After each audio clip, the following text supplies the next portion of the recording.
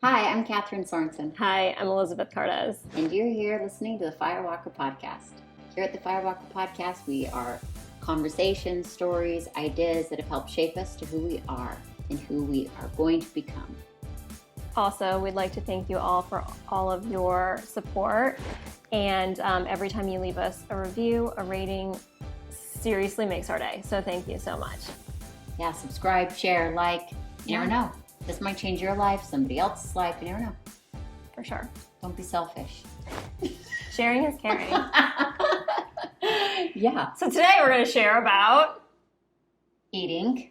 Yes.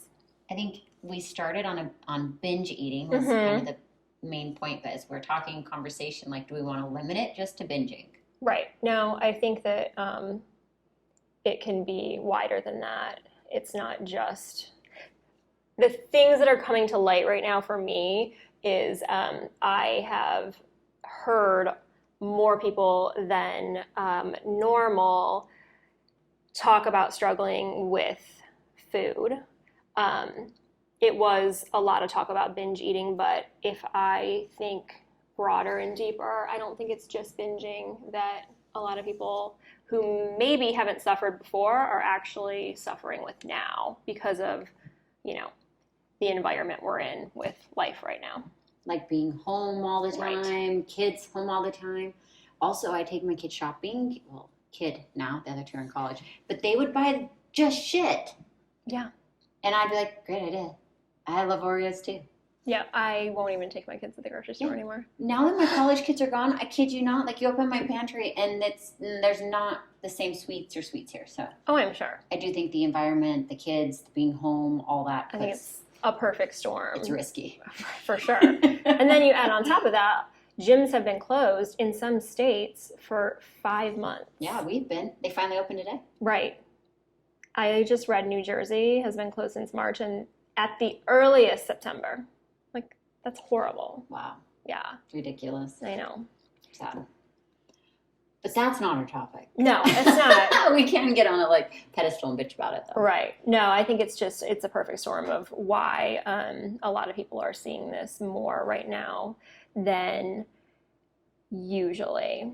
For me, I can remember all the way back to, I would say third grade was the first time I struggled with it. And I would come home from school, and if someone was not around, which was rare because I was an only child, and so I was, babysat at all times of the day. But if I was by myself, I did notice that I would do something stupid like eat a whole box of Girl Scout cookies. I can vividly remember sitting on the floor in my living room with a whole box of Thin Mints and eating the whole fucking thing in third grade. I can also remember a couple of times I would take an entire bag of chips and eat the whole bag of chips and a whole jar of salsa in one sitting. This is at 9, 10 years old. So at the time I didn't know, obviously, what I was dealing with, but I can remember those feelings all the way back to then. And if I think about why, my parents were very restrictive with food. I was not allowed to drink soda. I was not allowed to eat red meat or really much meat at all.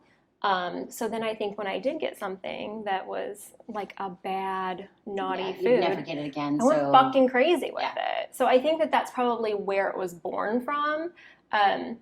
But then later in life, struggling with it, it's definitely not the same reasons, if that makes sense. I think most, I don't know, on your journey, if you would, label, the food, if it would be a disorder, or if it would just be maybe some sort of, way to escape pain or way to avoid connection to self or where it is in yours.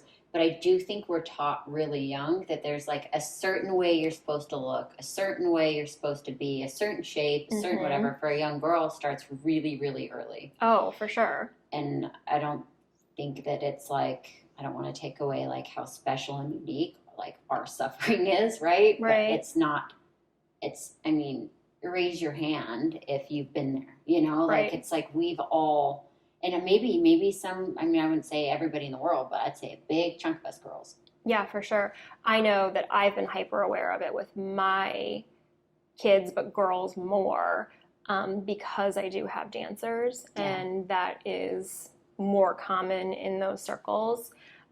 So I think I'm more sensitive to picking up on little things than maybe I would be if I didn't have that, or if I didn't have the background that I have with having some disordered eating issues.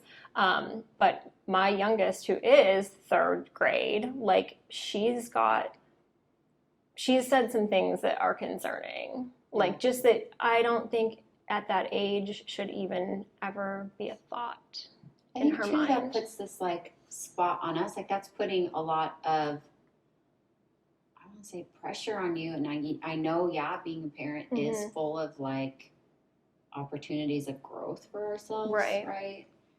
But it is really hard to then be like, everything I do now, everything I have done now, like this is affecting your little girl. This is affecting my little girl. Right. It's a lot of weight to carry. It is a lot. But I think not being aware is dangerous too. Yeah. Equally. Yeah. So anyways. What do you say to your little girl when she says that? Like, were you like just aware? Is it like a way you kind of like, it's more just I'm aware of the things that she says that just kind of hit me a little bit strange. I don't think she's ever like had any body image issues. The only thing my kids have actually struggled with in relation to that is they're all very skinny. So like my middle daughter will get very triggered when have you ever had like people grab your wrist and say like, oh, your wrist is so skinny. So if you do that to her, she like flips the fuck out because people have done it to her all through school. And so she's hyper aware when people are making comments about how tiny she is. Yeah. So it's kind of like the opposite of what I dealt with because I was not skinny growing up. But it's really the same issue at the end of the day. Yeah. So then later in life, with having kids, dieting, getting into fitness, I struggled with binge eating because I was restricting so hard in the beginning when I didn't really know how to diet the right way, when it was just like, okay, here's what I'm going to eat, here's what I'm not going to eat, here's what's good, here's what's bad. So when I was putting those labels on good and bad, just like we've talked about before, like as soon as you say you can't have it, you want it. Mm-hmm. So as soon as I was like, oh, I can't have candy, damn it, I want candy. So then when I would finally have it, I would go fucking crazy with it. So then after I learned how to approach a diet in a healthier way, which was through counting macros, and I took away those labels off good and bad, I would say I probably had a good 4 years where I had no issues at all because I knew I could have whatever I wanted. I just had to make it work. So that took that away. Then 2017, after competing, that last year trying to compete, I was hungry all the time. Like my brain from the minute I woke up till I fell asleep at night was thinking about food. I was thinking about how much food do I have left for the day? Am I going to be starving if I eat this? Am I going to end up going over my numbers if I eat this now? Should I wait? So then I would end up like kind of like hoarding my calories till later in the day. And then that would create even more anxiety throughout my day. So it got to the point, it was probably early 2018. Yeah, it was, when I was so controlled by the thoughts of food and timing and being hungry and being afraid of being hungry that I actually had to go like get help from a doctor. And it did help. And I have not had a binge since then, but I do take medication daily to help me deal with it. What was the doctor? Like a food doctor? No, so I was actually lucky enough to have a friend who is in the medical field, and I had kind of reached out to her casually a little bit, and I was like, hey, like, do you know anybody kind of like struggling, without really going into detail? And she was like, you know what, why don't you just come into my office and we'll talk. So I ended up going to her office. I had a total like meltdown of all meltdowns in her office. And she was the one that suggested, she's like, have you ever taken anything before to help you deal? So I used... Deal as in stress? No, it was more about food. Okay. Yeah.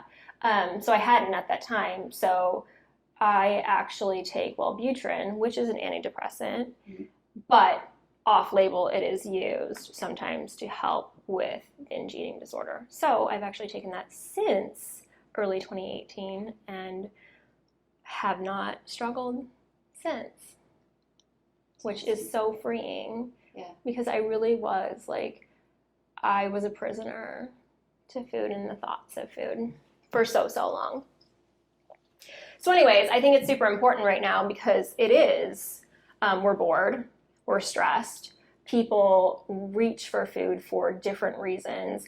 I think in the beginning I reached for it as, an escape, I guess, when I was younger. But then when I got help in 2018, it actually turned out that my hormones that control, there's 2 hormones that control your hunger and your satisfaction. Because I had eaten by a clock for years and years and years, I actually had those hormones all out of fucking whack. So it wasn't just in my head that I was hungry, like it was like a physical problem. I would get so hungry that I would be doubled over in pain. So once I got there, like for the rest of the day, I couldn't even stand up straight. So that's like an extreme case. I don't think that that's typical at all, but that is how bad it was and why I actually had to go get help. Oh. I know. It's crazy. I know. It's hard being a girl, man. It's hard being a human. It really I have is. friends that one of my really close male friends struggles with binge eating all the time. Like he quit drinking, and now that drinking, he's been sober, it's turned straight into well, I'm going to cope with food. Right. And I'm going to cope. And I think a lot of us, what happens, at least for me, my story is obviously different than Elizabeth. We each get our own journey and our own opportunities and stories. And she talks about how a perfect diet for you was the macro. When I started macroing, that was when I escaped into macro numbers. That was when it was restricted eating was all of my hurt could be funneled into that. I could control it. Yep. I could micromanage. I could get the look, the desire that I wanted. So I think when you start looking at a diet or a way of eating or something that's for you, that maybe try to find the reasons why you're needing that escape or you're needing that and there is a lot of diet for health. Absolutely. Eating shit all day, you don't feel very good. You don't. No. You can't run an engine when you put shit in it. Your motor's not going to run well. So there's a lot of dieting's really can be really good. Right. I think the word diet has a bad rap. But let's be honest, we also have an obesity problem in our country. So some evils are necessary.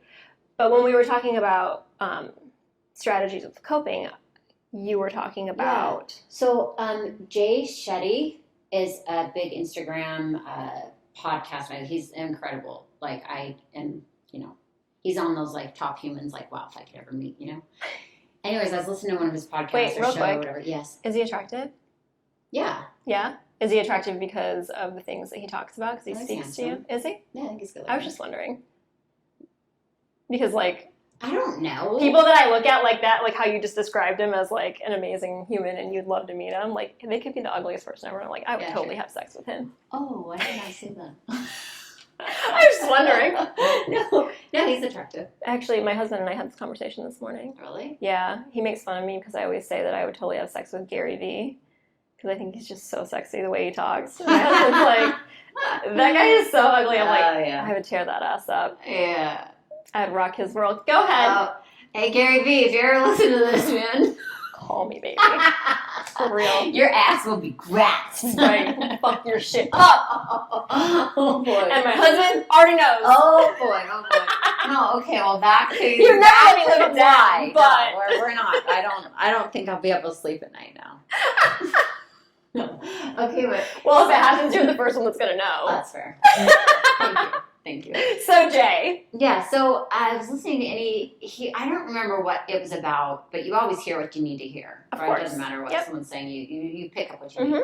So he said something like, I like to approach things with a why ladder.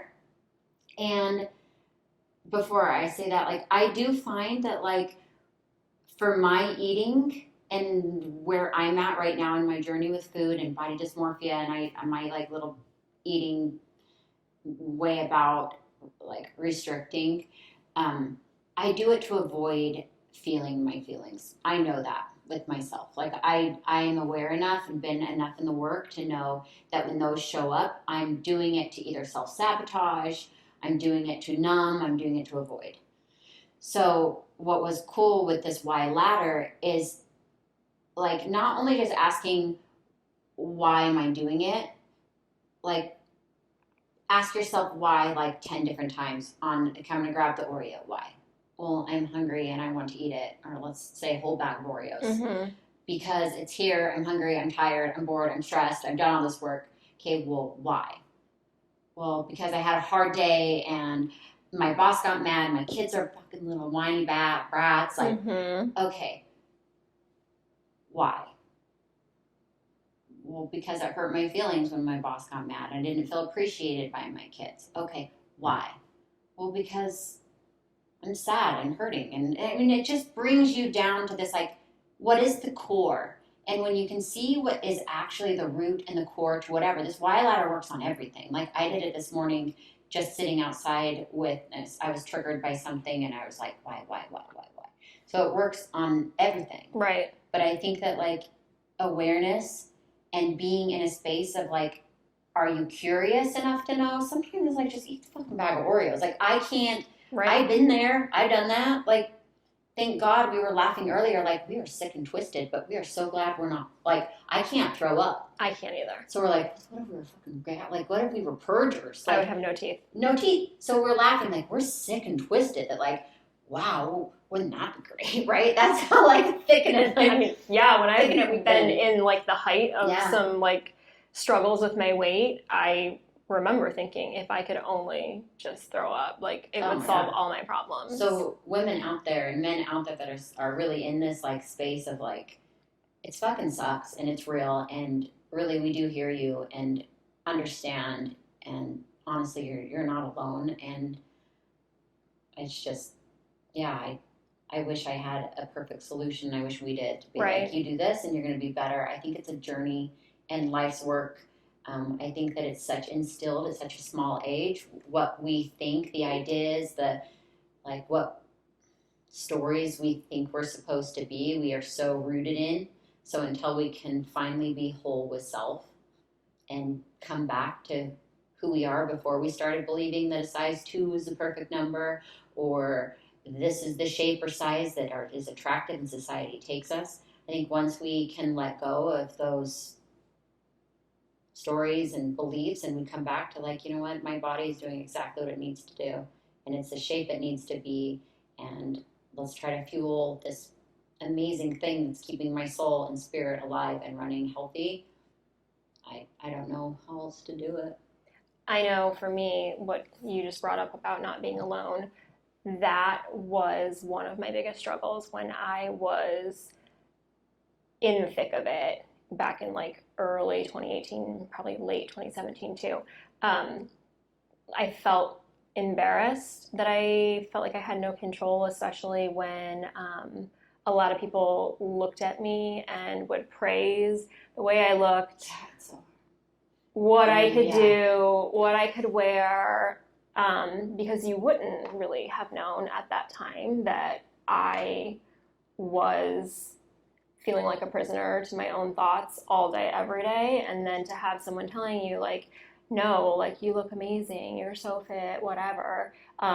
So, like, I just wanted someone that could understand, and I didn't really know anybody that could. So after I got to a place where I felt like I was a little more in check with it. I remember I wrote this Instagram post, and it was about just like not feeling alone. And I got multiple replies, which is crazy because actually like diagnosed binge eating disorder is only like 2.8% of Americans. That's a pretty small number. Yeah.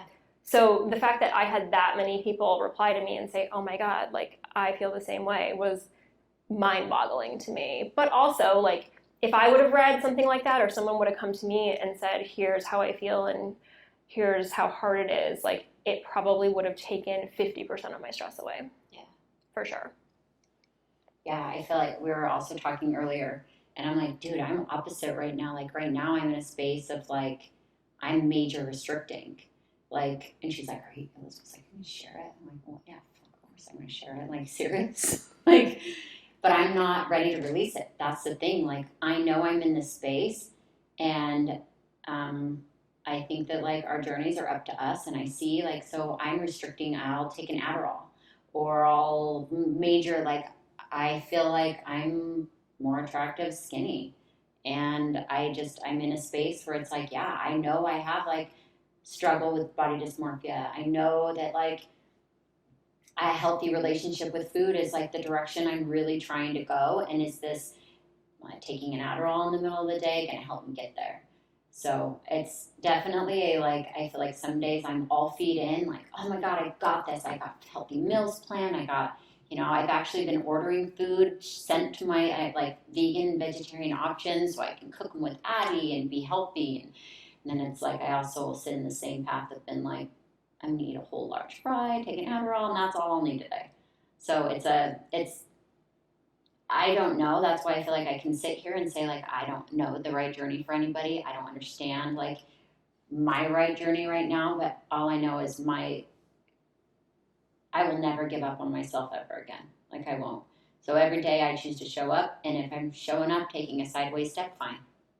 I'm still not abandoning myself, and I'm still curious on how to make things healthier and better for me, but I can't fucking be perfect every day. Well, that's why I asked you when you mentioned it, like, do you want to share that? Because it's current. It's not, and I feel like a lot of the conversations we've had so far have been things that are, like, kind of settled and over and, like, moving in the right direction. Masturbation was like, that was like the day of. Right. Nice try. Oh, it's like you've been way past it. Actually, that show, that masturbation, I haven't, like, revisited masturbation in the same space. Really? Yeah, I know. Whatever that did a trick. Therapeutic. It's really, though. It's just been different. Like, I just haven't needed the same need of escape through masturbation, I guess. That's fucking awesome. Maybe this is my cure to Adderall. Maybe. We will have to follow up on that. Maybe, But yeah, so I think it's important because, the whole basis of our show is walking through these fires. Yeah. And, like, that's when you're, like, walking through today. I know. I just get so many compliments when it's like, you're skinny. Like, thank you. Yeah, I mean. It's so fucked up. It really is, but that is, whether we like it or not, what is viewed in society as ideal. No. And I don't think that that's going to change in our lifetime at all.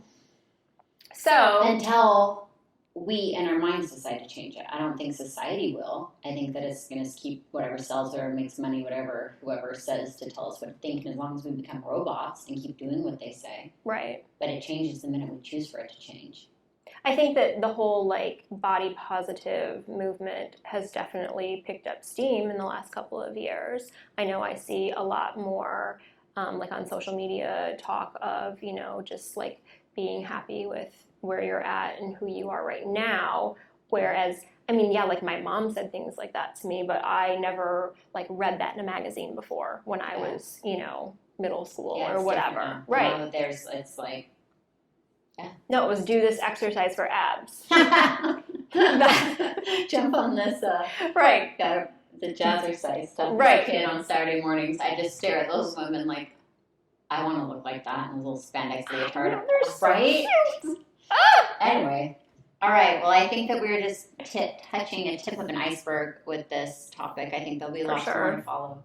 But thank you for listening. Yes. From our hearts to yours. Right here is our little firewalkerpodcast@gmail.com. Did you do it the right way this time? Probably, I don't remember. Okay. We'll see. And you can find us on Apple Podcasts, Yes. Instagram, Facebook, Spotify. and make sure you share these episodes. Yes, please. Right? Subscribe, like, share. We'll catch you on the flip side. Yeah? Love you.